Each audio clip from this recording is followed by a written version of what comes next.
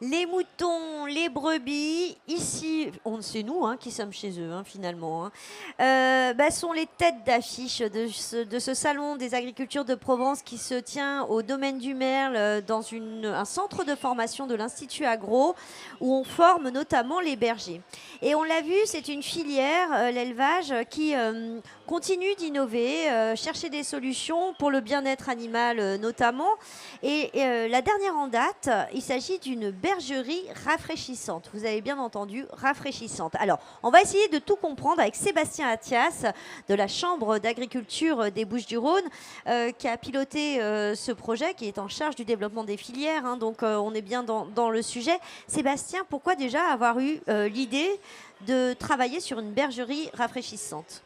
Le réchauffement climatique, simplement. Et on a des périodes de plus en plus chaudes avec des pics de chaleur et de plus en plus longues. Donc on doit forcément, nous, adapter les productions à ces contraintes. Et du coup, on essaye d'innover parce que les méthodes n'existent pas. On les invente au fur et à mesure. Parce que, alors, moi j'ai en tête qu'ici on est quand même sur un territoire de pastoralisme et de transhumance, donc nos bêtes, elles restent pas ici quand il fait chaud. Ouais, exactement, elles montent en alpage. Nous, on a des systèmes d'élevage où on suit le cycle de l'herbe. Donc, automne, hiver, printemps, on est ici avec des rotations sur les surfaces. Et l'été, on monte en alpage pour libérer les prairies, parce qu'on fait de la fauche avec notamment notre fameux foin de croc. Et libérer aussi les espaces pastoraux pour faire respirer les parcelles, parce que aussi il fait tellement chaud qu'il n'y a pas de ressources. Ouais. Et on va chercher l'herbe en altitude où il y en a pour redescendre après à l'automne et rattraper le cycle. Donc, à quel moment on a besoin d'une bergerie rafraîchissante? C'est quand on est plutôt ici dans la plaine ou c'est pour là-haut? Et c'est à quelle saison? Alors, l'idée de la bergerie rafraîchissante, c'est vraiment adapter la production au marché. Il fait chaud l'été, on n'a pas d'agneaux. Nos brebis sont en alpage. Si toutefois on a des agneaux tardons, ce qu'on appelle, c'est en alpage aussi. On n'a rien ici. Dans les bergeries, ça ne tiendrait pas ici. Sauf que malgré tout, l'été, et vous l'avez tous fait, vous faites des côtelettes l'été. Et donc on a besoin aussi de production. Et on a essayé d'imaginer, pourquoi on a essayé d'imaginer ça? C'est que les éleveurs de notre département, courageusement, ont racheté leur abattoir en 2021 et qu'il y a un réel projet d'élevage. Et qu'on s'est dit, il faut absolument qu'on arrive à développer, à innover pour qu'on puisse toucher à tous les maillons du marché et de la commercialisation. Parce que si nous, on n'est pas là l'été, ben les autres, y sont. Parce que vous consommez de la viande. Oui, c'est ça. C'est que de toute façon, les autres sont là. Mais est-ce qu'il y a un risque de désaisonnaliser comme ça la production ou pas?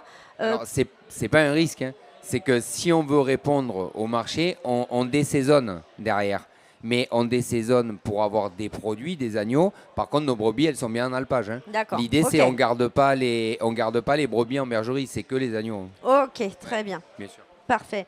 Alors, comment ça marche? Alors, l'idée est venue depuis, on y travaille à peu près depuis une dizaine d'années, c'est des projets à long terme et je vais vous expliquer pourquoi. Elle est venue, on s'est inspiré du maraîchage, donc des serres verts, des serres sous abri, de nos collègues, notamment on parlait hier avec le groupe Rougeline qui ont développé ça avec différents fournisseurs et notamment les fabricants qui sont chez nous dans les Bouches-du-Rhône, Richel, où en fait ils ont un corridor qui est simplement, j'essaye de l'expliquer simplement pour que ce soit abordable pour tout le monde, mais le système est relativement simple. On a un corridor avec une paroi cartonnée humidifiée. On aspire l'air humidifié qui du coup rentre un petit peu plus fraîche dans ce corridor et avec des ventilateurs, on les renvoie dans la serre pour refroidir la serre. C'est le système qu'on a mis en place. C'est-à-dire qu'eux, ils sont partis du principe de dire il ne faut pas qu'on aille chercher de la haute technologie. Essayons de voir avec de la technologie plutôt simple et comment on arrive à élaborer un prototype qui nous permette d'évoluer. C'est ce qui s'est passé avec le maraîchage, le groupe Rougeline notamment, qui est très performant sur ce sujet-là. Et on s'est dit, ça peut être quelque chose de très intéressant pour nos animaux, Comme ça va nous permettre de descendre la température. Il faut savoir quand même qu'ils arrivent à descendre les températures l'été d'entre 8 et 10 degrés avec ce concept-là. Hein. D'accord. Donc nous, simplement, on s'était dit, on récupère le module qu'ils ont, on le greffe à nos bergeries et ça fonctionne. Bon, en l'occurrence, ça ne marche pas comme ça. Et c'est d'ailleurs pour ça qu'on va voir ces groupes-là, qui ont des ingénieurs qui bossent dessus. Et ça fait 4 ans que Richel bosse sur cette idée-là pour nous adapter un produit en tant que tel, donc la bergerie sert avec ce module-là qu'on a complètement transformé. C'est-à-dire que le module qu'on va mettre en place, ce n'est pas une paroi comme j'ai expliqué là, c'est une box. Donc une box carrée avec des ventilos de chaque côté, des parois humidifiées et on rentre l'humidité au bon endroit précis dans la serre. Pourquoi ? Parce que les animaux n'aiment pas l'humidité.